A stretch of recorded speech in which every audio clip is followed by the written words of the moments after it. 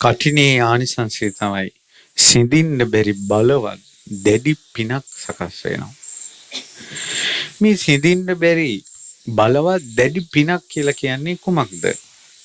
පින්වතුනි, මේ කඨිනේ ආනිසංසයේ යම්කිසි කෙනෙකුට පැමිණෙනවාද? එයාට ඒ ජීවිතේ යම්කිසි යහපතක් ලැබෙන්න තියෙනවාද? ඒ යහපතට කාටවත් අනතුරු කරන්න බෑ. විශේෂයෙන් මෙහි ප්‍රබල පුණ්‍ය විපාකයේ ධර්ම අවබෝධය කිරීමට දෙන ශක්තියයි.